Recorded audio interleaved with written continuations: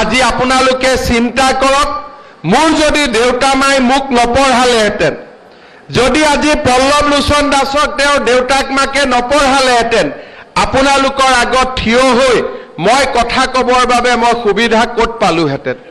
আজি মোৰ দেউতা মাই যদি সেই সময়ত ভাবিলেহেঁতেন যে আমাৰ ঘৰত 5টা ল'ৰা আছে, গতিকে ইয়াক নপঢ়াও, ইয়াক কামত লগাই দিওঁ, মইতো আজি আপোনালোকৰ ওচৰত থিয় হ'ব নোৱাৰিলোহেঁতেন।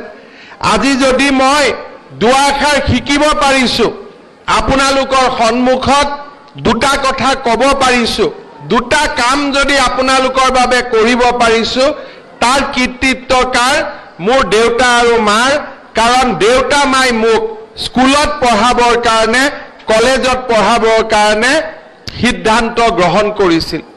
আজি আমাৰ বাগিচাৰ মাসকলে যথেষ্ট কষ্ট কৰে, পৰিশ্ৰম কৰে, ৰাতিপুৱাৰ পৰা গধূলিলৈকে আমি ওলাই যাওঁ, চালানত চাহ খাব লাগে, আমি আমাৰ জীৱনত কিবা এটা বেলেগ কিবা ফূৰ্তি আছে বুলি আমি ক'ব নোৱাৰো, দিনে ৰাতি আমি পৰিশ্ৰম কৰোঁ।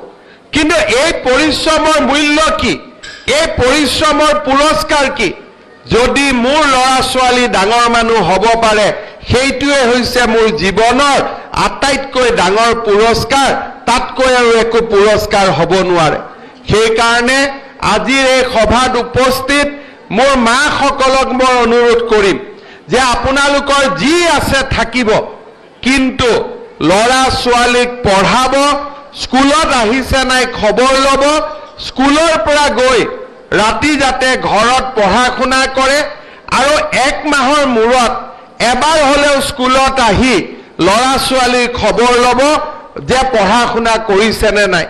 আৰু আপোনালোকে এবাৰ যদি এই জিঞ্জিয়া চাহ বাগিচাক জ্ঞানৰ পোহৰেৰে পোহৰ উজ্বলাই তুলিব পাৰে, আমি আৰু পিছলৈ ঘূৰি চাব নালাগে, আমি আগলৈ যাব পাৰিম, আমাৰ ঘৰখনো আগবাঢ়িব, সমাজো আগবাঢ়িব, আৰু আমাৰ ৰাজ্যখনো আগবাঢ়িব।